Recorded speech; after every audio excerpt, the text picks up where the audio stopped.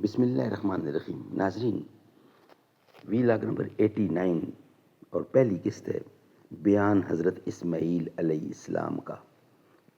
قصص الانبیاء اس کتاب کا نام ہے، صفحہ نمبر ہے 99، اور یہ کتاب اردو میں ہے اور اس کتاب کی مصنف ہے یعنی تصنیف ہے مولانا عبد المنان کی، اور کتاب کا ٹائٹل ہے قصص الانبیاء. ناظرین، اس کتاب کے اندر حضور اکرم صلی اللہ علیہ وسلم سے لے کر حضرت آدم علیہ السلام کے قصے واقعات قرآن و سنت، قرآن و حدیث کی روشنی میں آپ تک پہنچائے جاتے ہیں. نحمدہ ونصلی علی رسولہ الکریم. بسم اللہ الرحمن الرحیم. ہم نے مانا کہ تغافل نہ کرو گے، لیکن خاک ہو جائیں گے ہم تم کو خبر ہونے تک.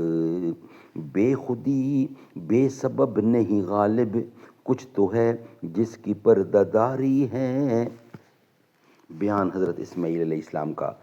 تواریخ سے یہ بات واضح ہوتی ہے، تاریخ بتاتی ہے یعنی ہسٹری بتاتی ہے کہ حضرت اسماعیل علیہ السلام ہر سال مکہ شریف سے اپنے والد بزرگوار کی زیارت کو ملک شام جاتے تھے، اور وہاں حضرت اسحاق اور دوسرے بھائیوں کو دیکھ کر پھر مکہ تشریف لے آتے تھے. اور حضرت اسماعیل علیہ السلام کی بیوی مکہ کے شریفوں میں سے تھی، اور ان سے 12 بیٹے تولد ہوئے. ایک روز اچانک حق تعالی شانہ کی طرف سے ارشاد ہوا کہ اے اسماعیل، تم مغرب کی زمین میں جاؤ اور وہاں کے بت پرستوں کو اللہ تعالیٰ کی طرف بلاؤ اور دعوت الی الحق دو.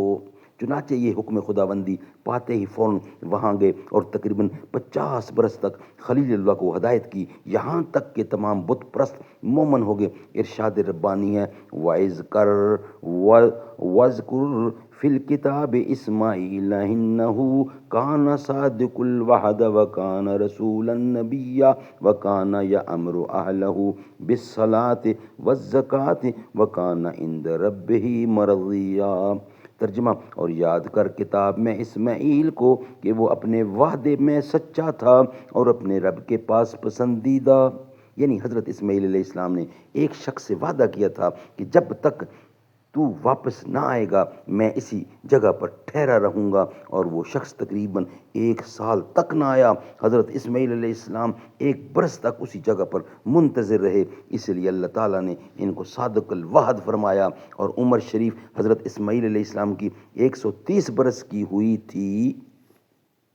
آخر عمر تک مکے میں رہے، اور بعض راویوں نے کہا ہے کہ آخر عمر مکہ سے ملک شام میں تشریف لے گئے، اور وہاں جا کر دیکھا کہ حضرت اسحاق نابینا ہو گئے اور ان سے 2 بیٹے تولد ہوئے ہیں جن کے نام عیس علیہ السلام اور یعقوب علیہ السلام ہے، اور آپ کی ایک بیٹی بھی تھی، اس کا نام تسمیہ تھا.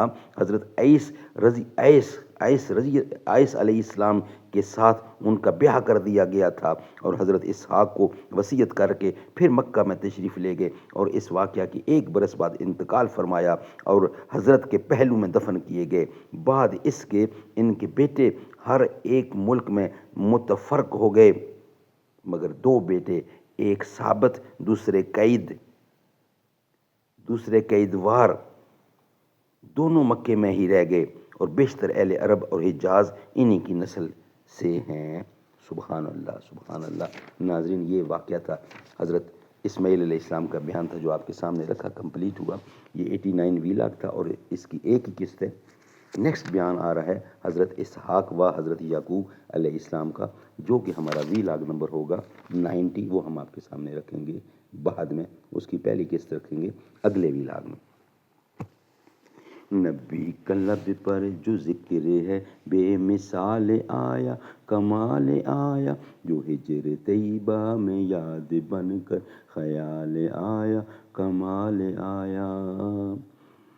تیری دعاؤں کی بدولت عذاب رب سے بچے ہوئے ہیں، امت کے حق میں جو تیرے لب پر سوال آیا، کمال آیا.